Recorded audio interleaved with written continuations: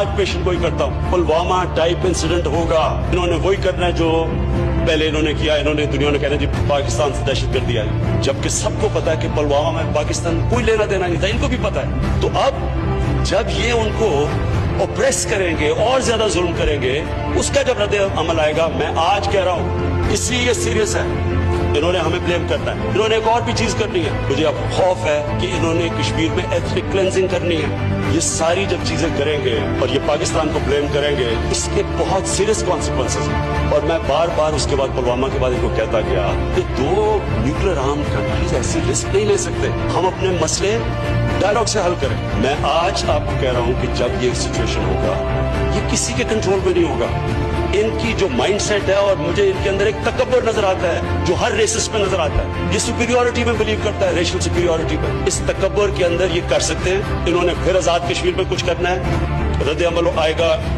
अगर इनके ऑपरेशन की वजह से कुछ हुआ, इंसिडेंट हुआ पुलवामा टाइप, इन्होंने एक्शन लेना है। ये हो नहीं सकता कि ये अगर पाकिस्तान में अटैक करेंगे हम उसका जवाब ना दें, हम जवाब देंगे। उसके बाद क्या होगा, मजीद हुआ और आगे बढ़ सकती है, तो वो भी जवाब देंगे, हम भी देंगे। उसके बाद क्या हो सकता है, कन्वेंशन वॉर हो सकती है। कन्वेंशनल वॉर अगर हो गई, फिर क्या होगा, दो नतीजे हो सकते हैं। वॉर हमारे खिलाफ भी जा सकती है, हमारे लिए भी जा सकती है। अगर हमारे खिलाफ वॉर जाती है तो फिर हम क्या करेंगे? फिर स्पीकर साहब इसी हॉल में मैंने कहा था हमारे पास दो रास्ते हो जाएंगे, एक बहादुर शाह जफर और दूसरा टीपू सुल्तान का रास्ता। एक रास्ता वो कि हाथ खड़े करके हम हार मानने की करेंगे, दूसरा रास्ता टीपू सुल्तान का कि आखिरी खून के कतरे तक हम मुकाबला करेंगे।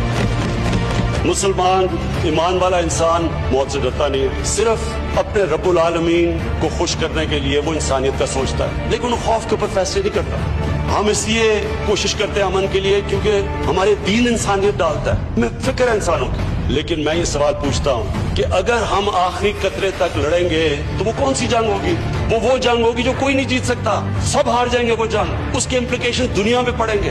मैं न्यूक्लियर ब्लैकमेल नहीं कर रहा, मैं कॉमन सेंस को अपील कर रहा हूँ। Hope for the best, be prepared for the worst. क्या दुनिया वर्स्ट के लिए प्रिपेयर्ड है? अगर ये दूसरी तरफ चली जाती है, इसलिए ये टाइम है एक्शन लेने का। इसलिए हम दुनिया को अपील करते हैं कि एक मुल्क जो ब्लेटेंटली सारे इंटरनेशनल कानून की धज्जियां उड़ा रहा है, जिसको फिक्र ही नहीं है, क्योंकि उसको पता है कि पहले क्या हुआ जब वो कश्मीरियों पे जुल्म कर रहा था, जब यूएन की भी एक आध ह्यूमन राइट्स पे रिपोर्ट आई, पहले तो वो भी नहीं करते थे, उसके बावजूद दुनिया ने कुछ नहीं किया, कोई उनको कुछ नहीं कहता था, उनको और हल्ला शेरी भी नहीं किया। अच्छा, अगर दुनिया कुछ नहीं कहती आगे क्या, इसलिए उन्होंने ये एक्ट किया है। और अगर अब दुनिया नहीं कुछ करेगी, मैं आपको कह रहा हूं कि इसके सीरियस कॉन्सिक्वेंसेस है। ये और आगे जाएगी कि, और ये उधर चली जाएगी जिधर सबको नुकसान होगा, जो कोई नहीं तसव्वुर करना चाहता। इसलिए ये है टाइम एक्ट करने का।